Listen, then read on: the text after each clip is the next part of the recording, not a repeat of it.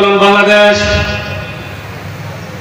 সুন্দরগঞ্জ উপজেলা শাখার আয়োজনে আজকে এই বিশাল গণসমাবেশের সম্মানীয় সভাপতি হযরত মাওলানা খায়রুজ্জামান দামাত বারকাতুল আলিয়া প্রধান মেহমান হিসেবে উপস্থিত রয়েছেন ইসলাম দেশ এবং মানবতার অতন্দ্র প্রহরী ইসলামী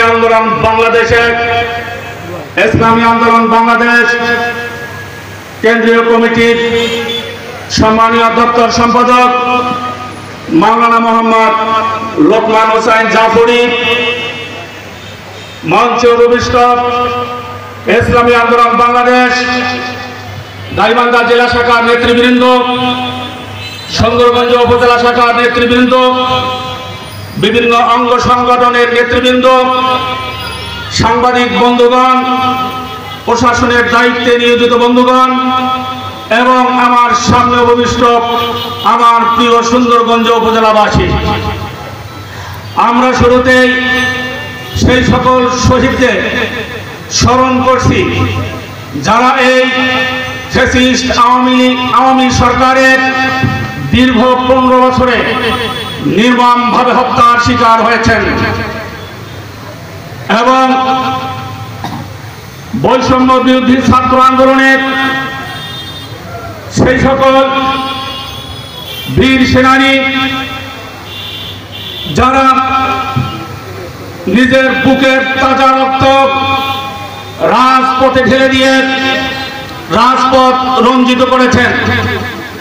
আমরা আল্লাহ রাব্বুল আলামিনের দরবারে দোয়া করছি, আল্লাহ রাব্বুল আলামিন যাতে তেনাদের মৃত্যুকে শাহাদাতের মৃত্যু হিসেবে কবুল করেন। আমরা সবাই বলি আমিন আমিন।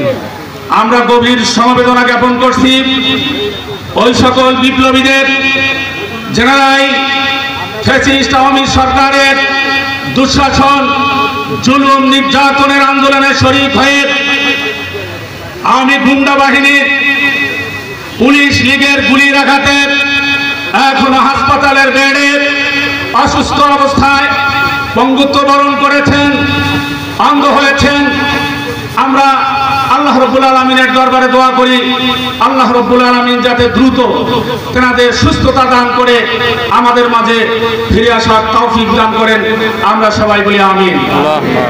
সংগ্রামী সাথী এবং বন্ধুগণ, আমরা এই স্বাধীনতার 53 বছরে আমরা বঙ্গবন্ধু শেখ মুজিবুর রহমানের সোনার বাংলা দেখেছি, শহীদ প্রেসিডেন্ট জিয়াউর রহমানের সবুজ বাংলা দেখেছি, পল্লীবন্ধু হুসাইন মোহাম্মদ এরশাদের নতুন বাংলা দেখেছি। যেই উদ্দেশ্য নিয়ে এই দেশ স্বাধীন করা হয়েছিল, সাম্য, মানবিক মর্যাদা, সামাজিক ন্যায় বিচার, যে প্রত্যাশা নিয়ে আমরা হাজার রক্তের বিনিময়ে এই লাল সবুজের পতাকা ছিনিয়ে এনেছি। আমরা লক্ষ শহীদের রক্ত দিয়ে এই বাংলাদেশের 1,47,570 বর্গ মাইলের একটা মানচিত্র এঁকেছি। সেই সাম্য, মানবিক মর্যাদা, সামাজিক ন্যায় বিচার এখনো বাংলার আকাশে অদৃশ্য রয়ে গেছে। সংগ্রামী ভাইরা আমার, সর্বশেষ আমরা এই ফ্যাসিস্ট হাসিনা সরকারের আমরা ডিজিটাল বাংলা আমরা দেখেছি, দেখার সৌভাগ্য হয়েছে। এই ফ্যাসিস্ট হাসিনা সরকার, এই ফ্যাসিস্ট আওয়ামী সরকার মুক্তিযুদ্ধ স্বপ্নের বাস্তবায়নের নামে এই বাংলাদেশের কষ্টার্জিত পয়সা, জনগণের ঘাম ঝরানো পয়সা দিয়ে তারা আয়নাঘর তৈরি করেছে।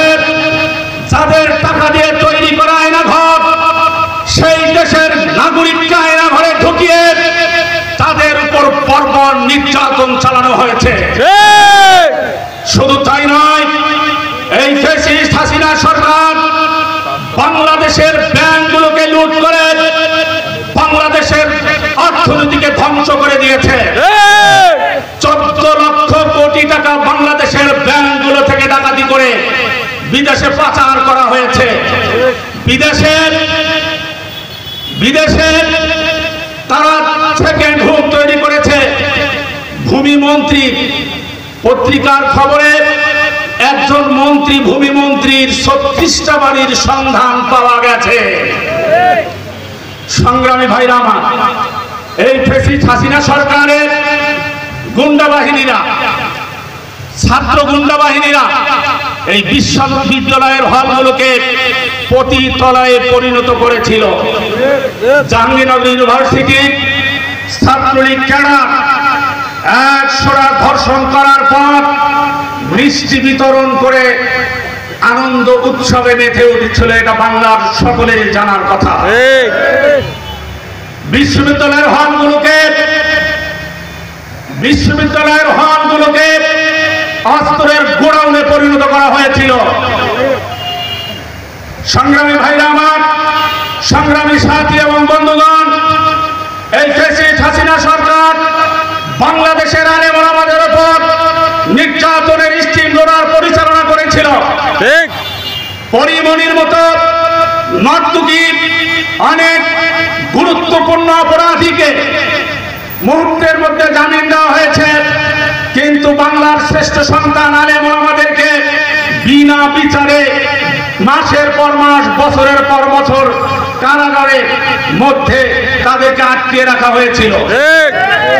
এমনকি গরু বাঁধার রশি দিয়ে তাদের হাত বেঁধে আদালতে হাজির করে তাচ্ছিল্য মশকরা করে এই বাংলাদেশের লক্ষ কোটি আলেম ওলামার কলিজার মধ্যে আঘাত দেওয়া হয়েছিল। সংগ্রামী সাথী এবং বন্ধুগণ, তাদের অপরাধের পাল্লা এতটাই ভারী হয়েছিল যে ছাত্র জনতার আন্দোলনে পালানোর সময় পরনের কাপড় ছাড়া এক খণ্ড কাপড় নেওয়ার সুযোগ পর্যন্ত হয় নাই। দুপুরের রান্না করা খাবার সুযোগ হয় নাই। সংগ্রামী ভাইরা আমার, আমি এতটুকু বলতে চাই, আপনাদের সামনে বলতে চাই, আমাদের বর্তমান অন্তর্বর্তী সরকারকে বলতে চাই, এই দীর্ঘ 15 বছর আওয়ামী লীগের যে সমস্ত গুন্ডা, প্রশাসনের যে সমস্ত গুন্ডা বাহিনী, পুলিশ লীগ বাহিনী এই বাংলার জনগণের উপর নির্যাতন করেছে, বাংলার জনগণের উপর হামলা করেছে, জুলুম করেছে, লুটপাট করেছে, নির্যাতন করেছে, দ্রুত তাদের আইনের আওতায় এনে কঠিন বিচার করতে হবে। সংগ্রামী সাথী এবং বন্ধুগণ, আমরা সে সঙ্গেও জানাতে চাই, আওয়ামী লীগের যে সকল ভাই এই 15 বছরে কোনো অপকর্মের সঙ্গে যুক্ত ছিলেন না, কোন অন্যায় করেন নাই, তাদের হতাশ হওয়ার কোনো কারণ নাই।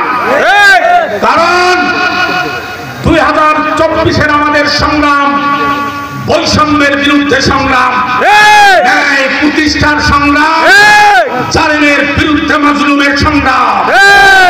যদি কেউ অন্যায়ভাবে আপনাদের দোকানপাট ভাঙচুর করার চেষ্টা চালায়, আপনাদের নামে মিথ্যা মামলা দেওয়ার চেষ্টা করে, দেশ প্রেমিক তাওহীদি জনতা কাঁধে কাঁধ মিলিয়ে আপনাদেরকে রক্ষা করার চেষ্টা করবে ইনশাআল্লাহ।